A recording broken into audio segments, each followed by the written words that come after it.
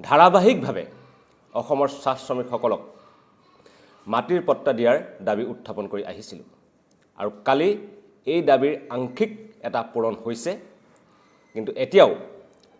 আজি সেইকাৰণে আমি এহাতেদি চাহ শ্ৰমিকসকলক তেখেতসকলৰ ঘৰৰ মাটিৰ বাবে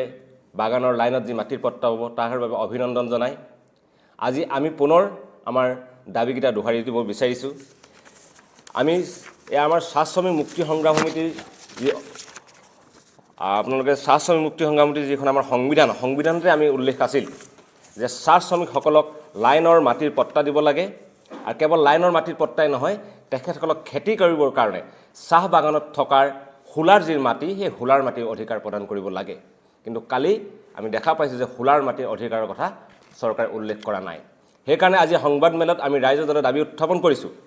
যে চাহ শ্ৰমিকসকলক কেৱল লাইনৰ মাটিৰ পট্টা নহয় চাহ শ্ৰমিকসকলক তেখেতসকলক খেতিৰ বাবে চাহ বাগানত থকা যি হুলা দ য'ত কোনো চাহ গছ নাথাকে সেই হুলা দ মাটিখিনিও তেখেতসকলক পট্টাৰ প্ৰদান কৰিব লাগে এই দাবী আমি সজোৰে উত্থাপন কৰিছোঁ লগতে আমি দাবী উত্থাপন কৰিছোঁ চাহ শ্ৰমিকসকলক যি দেওবৰীয়া বোনাছ তেখেতসকলক দিয়া নহয়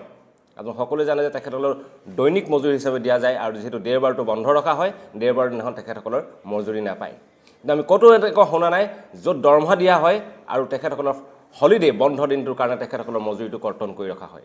গতিকে আমি দাবী উত্থাপন কৰিছোঁ তেখেতসকলক দেওবৰীয়া বোনাছ অতি সোনকালে প্ৰদান কৰিব লাগে আৰু চাহ শ্ৰমিকসকলৰ মজুৰি দৈনিক মজুৰি অতি কমেও 500 টকালৈ বৃদ্ধি কৰিব লাগে এই তিনিটাত আমি আজি পুনৰ উত্থাপন কৰিছোঁ আমি চাহ শ্ৰমিকসকলক তেখেতসকলৰ চাহ বাগানৰ মাটিৰ পট্টা পোৱাৰ বাবে অভিনন্দন জনাইছোঁ লাইনৰ মাটিৰ পট্টা পোৱাৰ বাবে আৰু তেখেতসকলক বাগানৰ দ হুলাৰ মাটিৰ পট্টা দিবৰ কাৰণে দাবী উত্থাপন কৰিছোঁ 1 2 আমি দাবী উত্থাপন কৰিছোঁ তেখেতসকলক দেওবৰীয়া মজুৰি দিব লাগে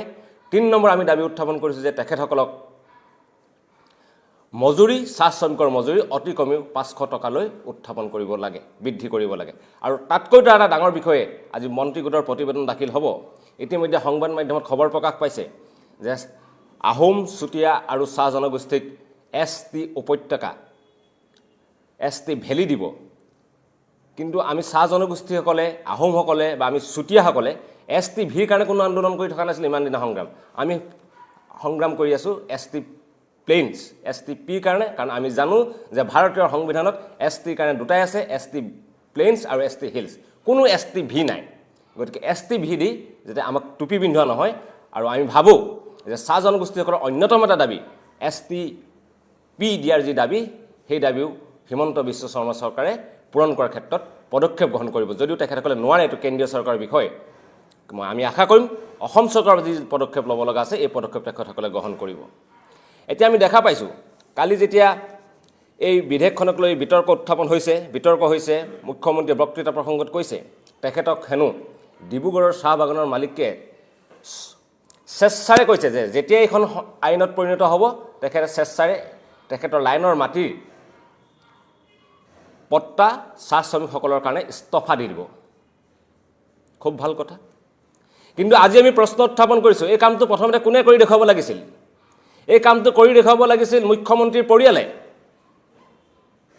আজি কিয় মুখ্যমন্ত্ৰী হতাশ নহ'ল তেখেতৰ পত্নীৰ কোম্পানীৰ মালিকানাধীন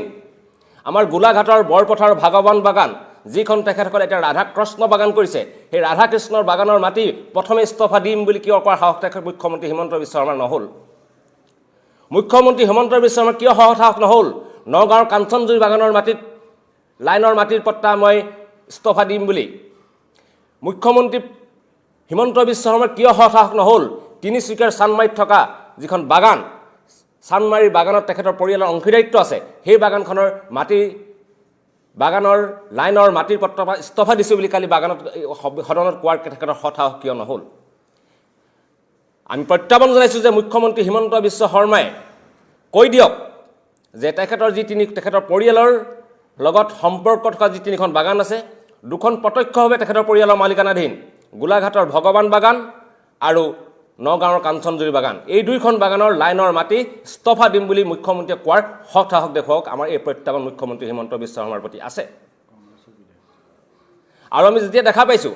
কালি যেতিয়া আমাৰ দলৰ সভাপতি অখিল গগৈ এই বিষয়ে এটা প্ৰশ্ন উত্থাপন কৰিছিল যে আপোনাৰ বাগানখনৰ মাটিখিনি কি হ'ব আমি দেখা পাইছোঁ যে তেখেতে আমাৰ দলৰ সভাপতি তথা শিৱসাগৰৰ বিধায়ক অখিল গগৈক তুচ্ছ তাচ্ছিল্য কৰি কিছুমান ভিত্তিহীন মনে সজা অভিযোগত সদনত তেখেতক তুচ্ছ তাচ্ছিল্য কৰাৰ এটা পৰিৱেশ সৃষ্টি কৰিছিলে।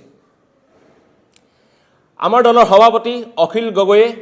সৎসাহসেৰে মুখ্যমন্ত্ৰী হিমন্ত বিশ্ব শৰ্মাক কালি প্ৰত্যেকটো কথাৰ প্ৰত্যুত্তৰ দিছে। যদিও আমাৰ দলৰ সভাপতি অখিল গগৈয়ে অভিমন্যুৰ দৰে অকলে যুঁজিব লগা হৈছে, চক্ৰব্যূহত সোমাই যুঁজিব লগা হৈছে, শাসকৰ পক্ষৰ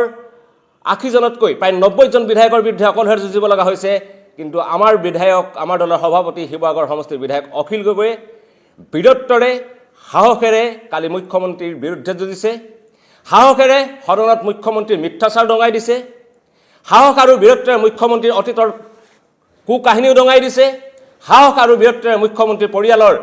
লগত সম্পৰ্ক থকা বাগানৰ কথা উল্লেখ কৰিছে। আমি এইভাবে আমি ৰাইজৰ দলৰ সকলো কৰ্মী হৈ আমাৰ দলৰ সভাপতিক যি তেখেতৰ বলিষ্ঠ আৰু বীৰত্বপূৰ্ণ ভূমিকা তাৰ বাবে আমি অভিবাদন জ্ঞাপন কৰিছোঁ। যিটো মৰ্যাদা আৰু তেখেতৰ মুখ্যমন্ত্ৰীৰ যিখন আসন, সেই আসনখনক আচলতে তেখেতে অপমান কৰিছে। তেখেতে মই তাৰ কালিৰ আগতে আৰু শুনিছোঁ যে মাল শব্দ ব্যৱহাৰ কৰি অখিল গগৈ ডাঙৰীয়াক উদ্দেশ্য কৰি যিবোৰ শব্দ কৈছে, এইবোৰ শব্দ অতিকৈ দুৰ্ভাগ্যজনক, কিন্তু এইটো অস্বাভাৱিকো নহয়। যিগৰাকী মুখ্যমন্ত্ৰীয়ে নিজৰ শিক্ষাগুৰু প্ৰয়াত উদয়াদিত্য ভৰালী ছাৰক ক'ৰ পৰা এই মালটো টপকিল এই বুলি ক'ব পাৰে, সেইজন মানুহৰ মুখত এনেকুৱা কথা ওলোৱাটো কোনো আশ্চৰ্যৰ বিষয় নহয়। কিন্তু আমি গৰিহণা জনাইছোঁ আমাৰ দুৰ্ভাগ্য অসমৰ বাবে যে এনেকুৱা এগৰাকী মুখ্যমন্ত্ৰীয়ে যি মৰ্যাদা হানি কৰিছে, বিধানসভাৰ মৰ্যাদা হানি কৰিছে, তেখেতৰ বক্তব্যৰে অসাংবিধানিক একেবাৰে নিম্ন খাপৰ নিম্ন স্তৰৰ বক্তব্য ৰাখি আচলতে গোটেই বিধানসভাখনক আজি লজ্জায়িত কৰিছে এই মুখ্যমন্ত্ৰীগৰাকী। কালি মুখ্যমন্ত্ৰীগৰাকীক যেতিয়া অখিল গগৈ উভতি ধৰিলে, যেতিয়া তেখেতে ভাস্কৰ বৰুৱা কংগ্ৰেছী বিধায়ক, তেখেত বিশিষ্ট চাহ খেতিয়ক, তেখেতকো যেতিয়া আহ্বান জনালে যে আপুনি কিয় মাতি নিদিয়ে, আপুনি এই বিলখনক সমৰ্থন জনাই আপুনিও চাহ শ্ৰমিকসকলক মাটিখিনি স্বেচ্ছাই দি দিব লাগে, তেতিয়াই অখিল গগৈ ডাঙৰীয়াই যেতিয়া প্ৰশ্ন কৰিলে যে আপোনাৰ ৩খন বাগান, আপোনাৰ বাগানকেইখনৰ মাটিখিনি কেতিয়া দিব, এই প্ৰশ্নটো কৰাৰ লগে লগে মুখ্যমন্ত্ৰী আৰু তেওঁৰ সাংগু পাংগু যিসকল বিধায়ক আছে, ক'ব নাপায় আচলতে সাংগু, কিন্তু তেওঁলোকৰ যি আচাৰ আৰু ব্যৱহাৰ আজি আমি ক'বলৈ বাধ্য হৈছোঁ। তেওঁৰ যি সাংগু পাংগু বিধায়ক আছে, যি চিঞৰ বাখৰ কৰিলে, অখিল গগৈক অকলে যে আক্ৰমণৰ লক্ষ্য কৰি ল'লে, ই সঁচাই দুৰ্ভাগ্যজনক কথা। আজি মানৱেন্দ্ৰ শৰ্মা ৮০ দশকৰ শেষৰ ফালে যাক হত্যা ৰাজআলিত গুৱাহাটীৰ ৰাজপথত হত্যা কৰা হৈছিল, জ্যেষ্ঠ কংগ্ৰেছ নেতা, সেই কংগ্ৰেছ নেতাজনৰ পিতৃ আছিল সিদ্ধিনাথ শৰ্মা। অসম স্বাধীনোত্তৰ অসমত কংগ্ৰেছক প্ৰতিষ্ঠা কৰা গোপীনাথ বৰদলৈৰ লগত একে সময়তে প্ৰতিষ্ঠা কৰা মূল কাণ্ডাৰীজন আছিল, অন্যতম কাণ্ডাৰী আছিল সিদ্ধিনাথ শৰ্মা। সেই সিদ্ধিনাথ শৰ্মাৰ পুত্ৰ জ্যেষ্ঠ কংগ্ৰেছ নেতা মানৱেন্দ্ৰ শৰ্মাক যেতিয়া হত্যাৰ কথাটো কোৱা হৈছিল, মানৱেন্দ্ৰ শৰ্মাৰ নামটোৰ কথা কোৱা হৈছিল, তেতিয়া মুখ্যমন্ত্ৰীৰ মুখখন কিয় কোচ খাই গ'ল? কিয় তেওঁৰ লগত থকা বিধায়কবোৰ দাদা ব্ৰিগেডে জাঙুৰ খাই চিঞৰ বাখৰ আৰম্ভ কৰিলে? ইয়াৰ কি সংযোগ আছে?